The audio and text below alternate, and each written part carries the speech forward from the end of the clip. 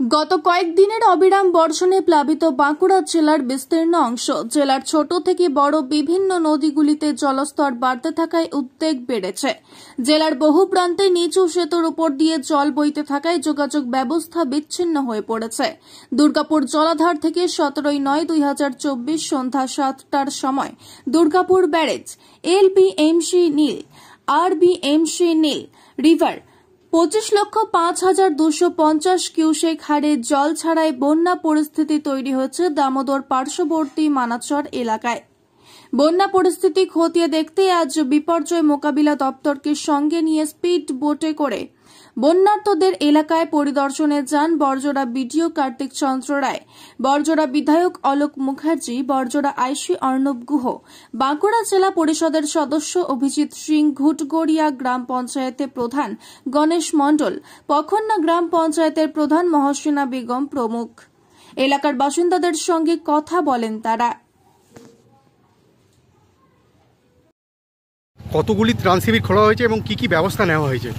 আজকে সকালে বাঁকুড়া ডিএম সাহেব, এসপি সাহেব তাদের উদ্যোগে এই যে জল ছাড়ছে 240-250 পঞ্চায়েত এবং মাইথন, সেই খবরটা দ্রুততার সহিত খবর দেন এবং আইসি, বিডিও, জনপ্রতিনিধিরা এবং টোটাল প্রশাসন, বিএমএস থেকে সমস্ত মানুষ এক জায়গায় আমরা জড়ো হয়ে আগে পরিক্রমা করলাম যে পরিস্থিতি কোথায় কি আছে একটু দেখে নিই। লোকাল মানুষের সঙ্গে আমরা একটা কথা বলি।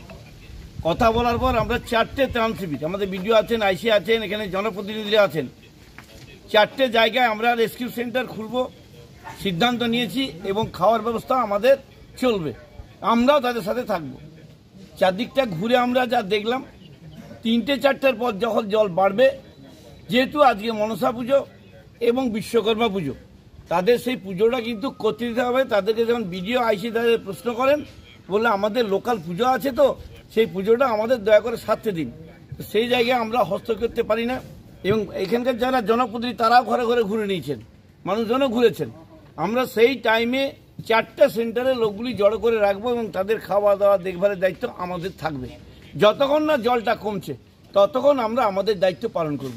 মানাচর এলাকায় সমগ্র মানাচর একদম চিকিৎসার টিমও থাকবে, আমাদের গাড়ি ঘোড়া থাকবে, বোট এসে গেছে, সরকারি যত রকমের সহযোগিতা সেগুলো আমরা করবো এবং পিএইচি জল অ্যাডভান্স 4 দিন 5 দিন ধরে আমরা এখানে রাখবো। মানে কোথায় কোথায় ক্যাম্প খোলা হয়েছে? ক্যাম্পটা ধরুন এই বরিশাল পাড়ায় আছে 2টো, একটা আছে মাঝের মানা, আর একটা আছে আমাদের সীতারপুর যুব আবাস কেন্দ্র।